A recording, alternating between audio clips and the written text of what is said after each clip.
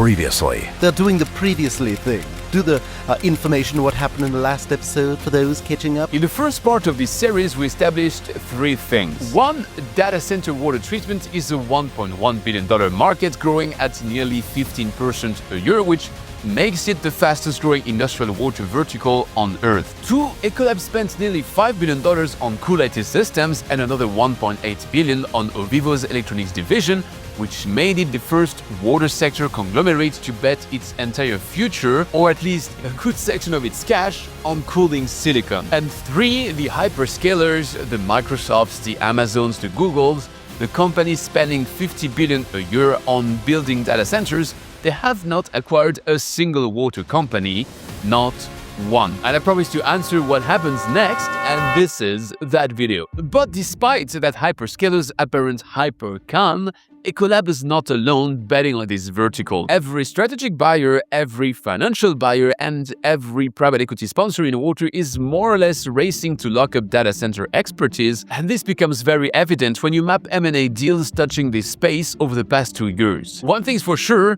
there's a pattern, but it's not just the strategics who are moving, because private equity is running a playbook that, when you see it laid out step by step, is almost too elegant. And yet the companies that actually need all of this water treatment, the ones signing $50 billion in annual capex checks for data center build-out, they still haven't written a single acquisition check for water technology, which is bizarre because when you dig into what they're actually doing with water behind the scenes, the gap between partnership and ownership is narrowing every single quarter. So to understand all of this, we need to answer a few questions. First, how does a PE sponsor build a data center water platform from scratch in just 24 months and for a fraction of what Ecolab spent? Second, why haven't the hyperscalers who are already knee-deep in water partnerships and water VC investments acquired a single water company? And finally, when the first hyperscaler does move, and I think the evidence says it's a matter of when and not if, what happens to every water company with data center exposure?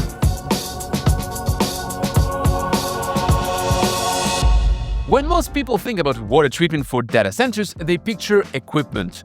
Cooling towers, reverse osmosis skids, chemical dosing systems, and big capital purchases that you install once and then maintain. And that's partly true, but when you look into the numbers, they tell you a different story. Because that is a general thing in water topics, the operating costs are always larger than the investment costs. The rule of thumb ratio is 60-40, 60% OPEX, 40% capex, and to that extent, data center water is textbook aligned. The chemicals, the service contracts, the monitoring, the ongoing treatments, they represent roughly 60% of the bill. And I know, if it's textbook water, why even mention? Well, I'd say that arguably the money invested in that water vertical is new to water. I'm new here and I don't know too many people, so first, they don't know it's a general rule, and maybe they believe that the solvability of data center players is on the higher end.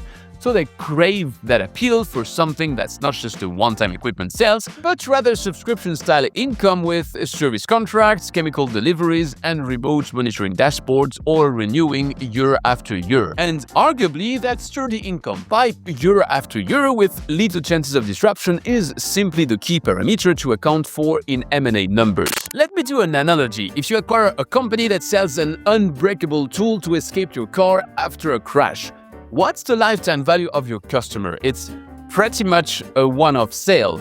The only returning customers would be the ones that had a car crash severe enough to destroy the car and the tool, but still didn't kill themselves in that crash. What are the odds? I don't know why I picked that analogy, but I had this video in mind where they test exactly a device like that, so here we go, sorry. So instead, when an acquirer looks at a water company serving data centers, they're not buying a project pipeline that depends on new construction, they're buying a stream of recurring cash flows tied to facilities that cannot shut down. And if the imbalance is 60-40 today, when there's a building frenzy that should push capex up in the balance because you need to build before you can operate, you can just think of that balance 10 years down the line when all hyperscalers inevitably end up reaching a plateau where you replace your chips and your IT hardware, but probably don't build so many new buildings anymore. And this means that anywhere you look in the future, you can bet that uptime will still be everything in data centers, And the water treatment that keeps those cooling loops running is as mission critical as the electricity. But the thing is that before the frenzy, data centers existed, but not in an intensive construction fashion, and so the ecosystem building, maintaining, and running their water loops was pretty small and contained. When you think of it, data centers today are still the smallest absolute water treatment vertical in terms of capital spending, with $500 million of capex investment, which is dwarfed by verticals like mining, and it's over $16 billion, or even by data centers' direct neighbor, microelectronics, that's an about 10 times larger market at $5 billion per year, give or take. So the base is small, but when that small base is growing at 15% a year, which is roughly double the growth rate of any other industrial water vertical, you get a classic get in while it's small and cheap dynamic, and the repricing catalyst is predictable, or at least you can take a bet, and that bet may be a hyperscaler acquisition. So am I saying buy water stocks before Google does? Oh, I hope not.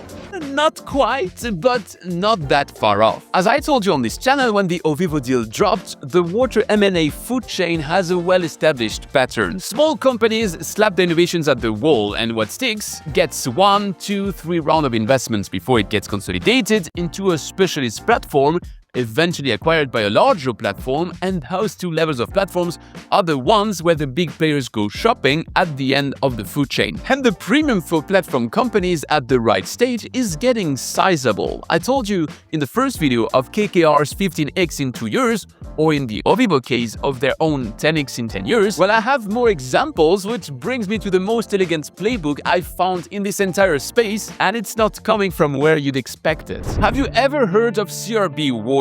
I honestly doubt it, and I'm not gonna lie, they were fully flying below my radar before I looked deep into that entire stage myself. Yet this roll-up story is the playbook that every water portfolio manager needs to understand now, because it shows you exactly how a private equity sponsor builds a data center water platform from scratch in real time for a fraction of the cost, and more importantly, it shows you who the exit buyer probably is. Want to hear that story? Well, it comes right after this little ask. If this content is of interest, please smash that like button. And if you believe I'm telling outlandish, crazy, nonsensical gibberish, then tell me in the comments. It will hurt my feelings, but deep inside, I like that. No, seriously, it's a hell of a work to pull all of those together. I'm not an AI, I'm a man of flesh, bones, and blood. And sometimes,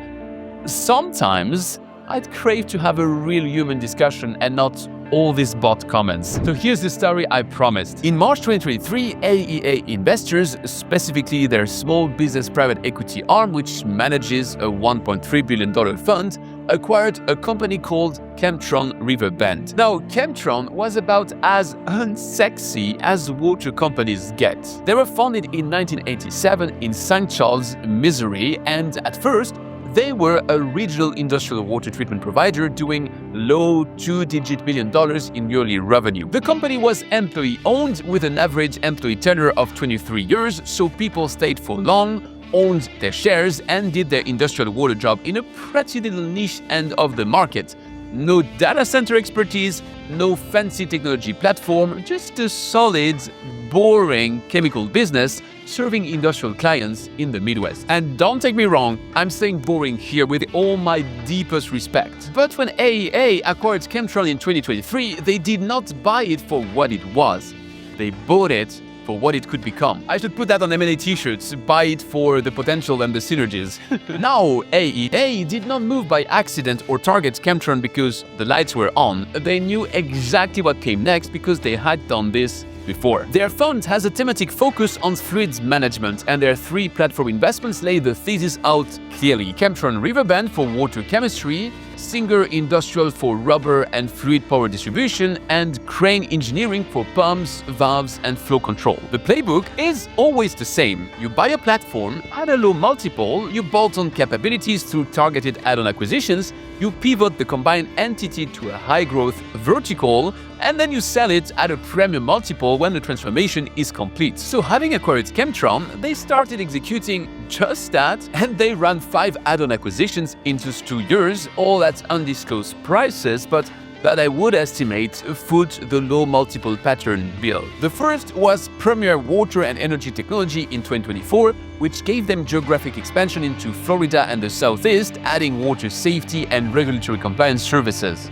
Then they acquired Precision Chemical, also in 2024, which densified their Midwest presence across Indiana, Kentucky, Illinois, Ohio, and Missouri. The idea being that in a route-based chemical delivery business, more customers per square mile means lower delivery costs per customer, which means immediate margin expansion. And that may be a detail for everyone except the people who have a t-shirt saying it's all about the synergies. Now, in 2024, they also did a third acquisition with Design Controls, which sprinkled some new assets onto the rising cake. It brought in automation, telemetry, high-purity reverse osmosis systems, and remote monitoring dashboards. In hindsight, that move was a capability pivot because before Design Controls, Chemtron, now branded as CRB Water, was a company that delivered chemicals on trucks, while after Design Controls, they could install and remotely monitor the water treatment systems themselves, which means they internalized the engineering that would order more of those delivered chemicals. And they liked that, so they kept pushing and bought Brown Laboratories, a single-digit million revenue company, but which added analytical chemistry, predictive analysis, and treatability studies. This is the laboratory infrastructure that converts a chemical vendor into a consultative authority. Now, CRB was diagnosing problems and prescribing solutions and delivering those solutions. So at that stage, they had the engine, the fuel, and the car's spare parts. They're just missing a track to let it race. And that's where the fifth acquisition closes that gap, because Southeastern Laboratories, acquired in 2025, brought explicit data center cooling water expertise. They presented case studies proving that they had worked on the largest data center in the world, wink wink. And those case studies showed how, and I quote, "In the data center context, time is money. A large international client can lose millions of dollars a day if water treatment failures force a system shutdown. Thank God, when you own the full chain, you can prevent that." And that's how, through 5 acquisitions in 2 years and a rebranding, little mom-and-pop Chemtron Riverbend had become CRB Water, a unified national brand standing for data center water management, consultancy, and specialized services. Now, before I tell you how this one ends, I just told you that AEA had done this before, right? Remember when? Here's a hint. I covered the story on that channel. Oh, you don't have it? Hello, darkness, my old friend. Nobody cares, right? Only me and my mom watch those videos. Which is not even true because my mom doesn't watch my videos. Don't do drugs. If you're doing it, stop it. Get some help. No, seriously, I told you that story when Xylem acquired Evoqua because AEA was the financial architects behind that Evoqua story. They carved Evoqua out of Siemens, grew it strategically, and took it through an IPO at roughly $2 billion, and then Xylem acquired Evoqua in 2023 for $7.5 billion in an all-stock deal at 17 times EBITDA, which is definitely on the highest end of EBITDA multiples for a strategic water deal. And this highlights an investment play in water endeavors I discussed with Brian Iverson on the podcast a while ago. There's an opportunity in buying shitty companies and turning them crappy or average and cashing in on the improvement multiple. And don't worry, Brian explains that much better. The link is in the description. Now, how does it end for CRB? Well, the story is not written yet, but if we do a paper exercise right now, we can already guess that AEA would be on the verge of doing an Evoqua again if they sold today, as they acquired a commodity chemical distributor trading at low multiple, and they now have a tech-enabled, telemetered, nationally scaled, mission-critical data center water platform. All they need for that is an acquirer. And this could be Ecolab or Xylem or Veolia. But that wouldn't be my bet right now, honestly, because a $500 million water acquisition would be a lot of cash, unless it's registered on the quarterly capex of a company spending $50 billion a year. And who could that be? Well, let me keep you engaged until I reveal it. You little bastard. Now, meanwhile, I don't want you to believe that AEA and CRB Water are operating in a vacuum, because while they were quietly assembling their platform, the biggest names in water were writing arguably much bigger checks. Look at that density. Xylem acquired Vacuum Systems for $42 million in 2025. Vacom, as a zero liquid discharge specialist, manufactures the evaporators and crystallizers that handle the concentrated brine waste that comes out of water recycling processes, something data centers might use more. Meanwhile, Kemira acquired Water Engineering Inc. for $150 million. Yes, last year was busy, and that company, note the pattern, was a PE roll-up under Nolan Capital that had already assembled several add-ons, including Uravu Labs, Delta Chemical, and LGW Water Technologies, with cooling water treatment chemicals as the core vertical. And it will sound like I'm name-dropping you all my podcast guests for the last 2 years, but I have to mention here how Equity Infrastructure acquired 7 Seas Water Group for roughly $1 billion from Morgan Stanley Infrastructure Partner. That's a direct acquisition of a water-as-a-service desalination plant's global engine, aka not only, but also exactly how hyperscalers prefer to buy water services. One more. Let's talk Gradiant as my growth money back to wildcard. Over the past years, they've done 9 acquisitions across Australia, Malaysia, Canada, Taiwan, Germany, Dubai, Singapore, and Oman, with a strong semiconductor thread running through many of them. Now, let me wave hands. Since Gradiant's $225 million Series D, everybody is betting on what happens next. Series E to become a decacorn, IPO. Prakash Govindan told me several times that they don't need money, have patient investors, and a bright future, and I believe him fully. But that's also what Reinhard Hübner was telling me about Ski on Water, even as the carve-out of Ovivo to Ecolab was already on the table, not because they lied to me, but because there's a point in time where the offer becomes too good to be ignored. So with that malicious lens in mind, let's look at Gradiant again. Gradiant is building a global platform that serves both semiconductor fabs and data centers and ran a Series D with PE adjacent backers. Now tell me again, what would you bet is the next move? Because while all of this is happening, we still have our hyperscaler companies spending $50 billion a year on the infrastructure that needs all of this water treatment, and they still have not written a single acquisition check. Now, I said acquisition check, but I never said that they haven't written checks at all, because they have. Now, to be clear with names, once more,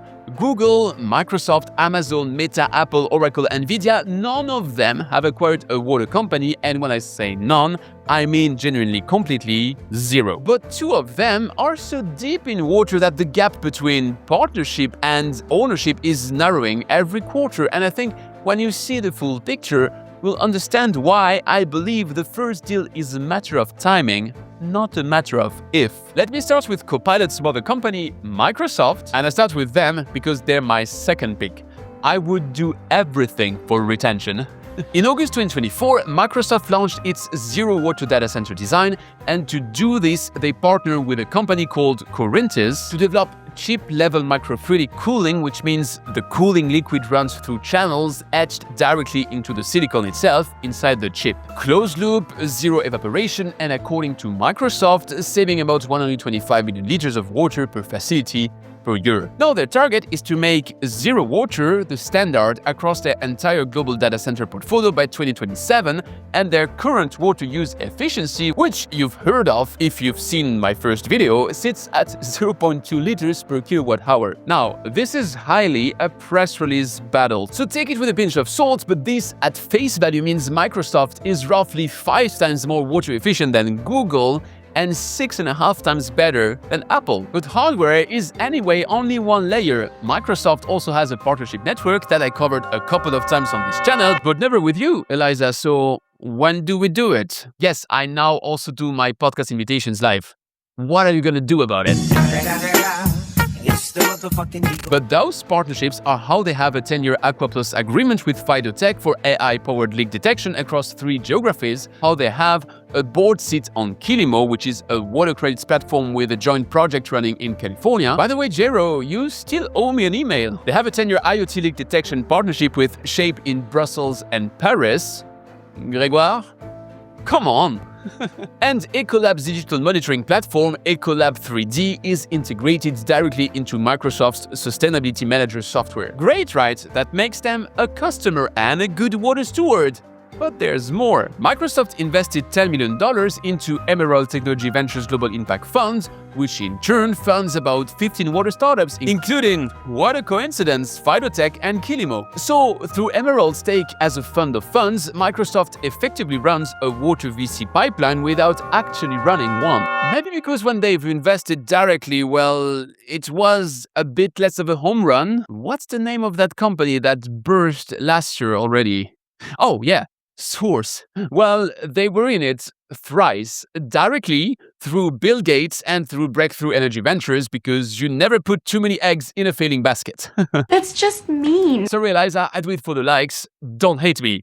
Please. But if I can be serious 2 minutes, and if you're keeping score, that's a 10-year leak detection partnership, a board seat on a water credits company, a 10-year IoT deal, integration with Evoqua Labs digital platform, a $10 million fund of fund position that touches 15 water startups, and a direct late-stage check they may want to forget. And still zero acquisitions yet. I don't even know if I'm allowed to joke about the acquisition pipeline of publicly listed companies, so probably that's the right point in time to say this is not investment advice. Anyways, as much as I see Microsoft developing their water web, they would still only be my second pick as to who moves first, because as number one, I have an entirely different animal, Amazon. And to characterize how they're different, you need to understand how Amazon thinks about capability. In 2012, Amazon paid about $775 million for a company called Kiva Systems. Kiva made the warehouse robotics that powered Amazon's fulfillment centers, and at the time, other retailers were using Kiva too. But within 2 years of the acquisition, Amazon stopped selling Kiva to third parties. They renamed it Amazon Robotics, and that was it. The capability that had been shared across the retail industry became Amazon's proprietary moat. So this is Amazon's DNA. When a capability becomes core to a competitive advantage, you don't rent it, you buy it, and you ensure to keep it for yourself. And when you look at what Amazon is doing with water, with a deranged French brain like mine, you can start to see the pattern forming. Because they've built a dedicated internal water team that's actively recruiting water strategy managers, senior water resource managers, and water systems engineers from utility and civil engineering backgrounds. I even had one on my podcast, and if you're wondering, I wasn't in a bad mood, but I had the flu. These teams are writing the actual construction blueprints for external water treatment contractors, which means Amazon controls the design while outsourcing the execution for now. And when I say they control the design, they also partner with WEF and universities, and guess who told you about that at WEFTech to further build intellectual property around the management of water in data centers. That's how they're using recycled water in 21 data center locations today, expanding to 80 by 2030, targeting 800 million gallons per year of freshwater elimination, which in civilized units makes for 3 million cubic meters. And even if loosely connected, I need to address Subeca here. In 2024, Amazon co-invested alongside Suez in Subeca's $6 million Series A. Now I know Subeca makes smart water meters, so it's not a data center play, but bear with me. Their IT backbone is Amazon's Sidewalk, which is Amazon's low bandwidth IoT network. And this looks like the typical Amazon platform play. Fund companies that are built on your infrastructure, watch how they perform, and then decide whether to acquire. Amazon's total water VC activity is small, about $7.7 million across 3 rounds and 2 companies, so tiny checks but strategically placed, and I'd bet Subeca cannot be the only digital water company building on AWS, right? And that brings us to this contradiction or dichotomy. Every hyperscaler fiercely internalizes IP, strategic planning, and architectural design, and meanwhile, they outsource chemical management, capital infrastructure financing, and day-to-day fluid loop execution. Is there a world and the timing when outsource flips to own? And if there is one, the next question becomes pretty obvious. Where would they target first? And this is where I need to come back straight with Gradiant, which I mentioned earlier and which is probably the most complete water technology platform in the startup world. The obvious here is their counterflow reverse osmosis achieving 99% water recovery and SmartOps AI already deployed in data center and semiconductor cooling water. But there's also the extraordinary bundle which comes with it: zero liquid discharge capability, semiconductor water expertise, data center cooling water, and PFAS destruction technology, which is something more and more people start looking into around data centers. And that's 4 verticals in one acquisition. The second, after all the hype I built, has to be CRB Water with AEA Investors doing the Evoqua again with their explicit data center expertise. A hyperscaler acquiring CRB gets a turnkey cooling water management platform, and as much as I would see Prakash and Anurag resisting the sale of Gradiant because they legit think they can keep building something much bigger, AEA's history says they'll be looking for a 15 to 20 times EBITDA exit.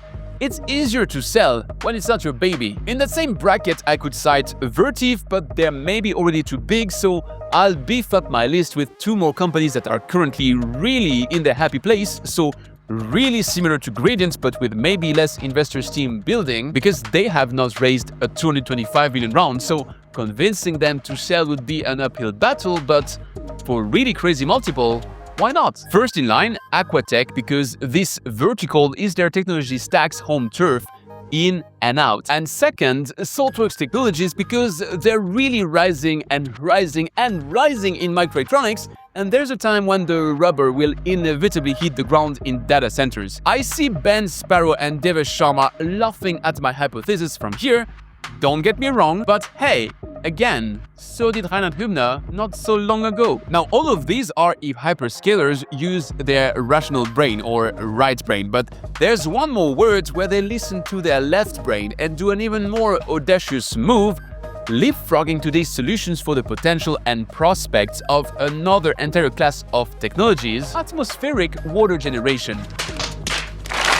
Now, don't take me wrong, I'm serious here, because as much as atmospheric water generation in a water for all context is nonsense, and I've made a couple of videos about it, the jury is still out when it comes to leveraging fatal heat and closing the water loop on site. I'm not saying it's an easy bet, but it's one worth mentioning, and to give you 3 names here, I'm thinking of Infinite Cooling, AirJoule Technologies, and Uravu Labs.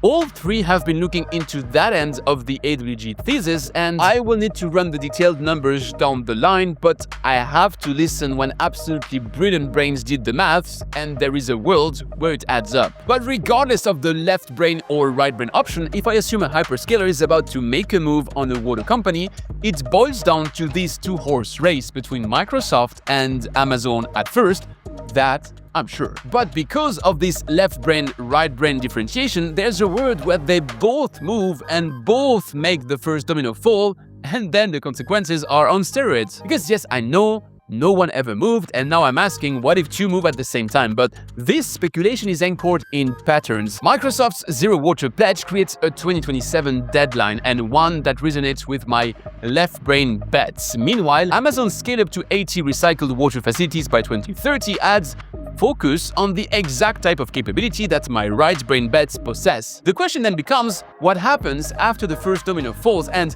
if you're an investor in the sector, you're gonna like the answer.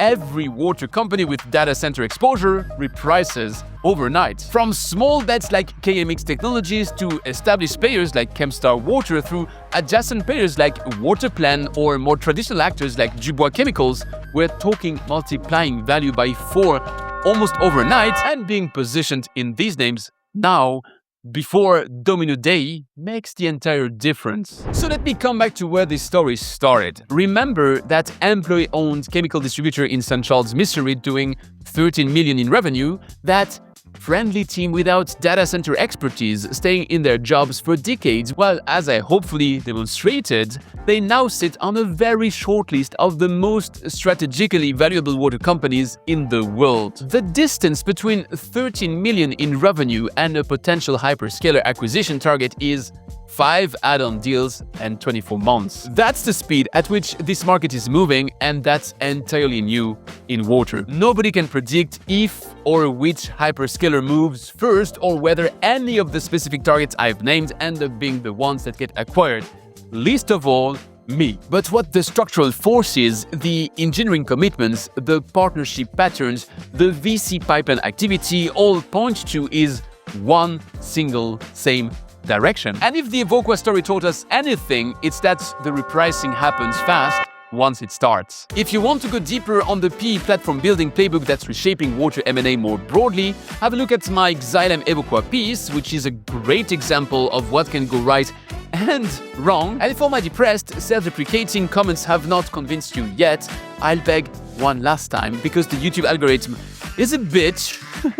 Please hit the like button and let's discuss my wildest bet in the comments. This helps me spread the word, and if you're still here by now, I'm pretty sure I'll see you next time.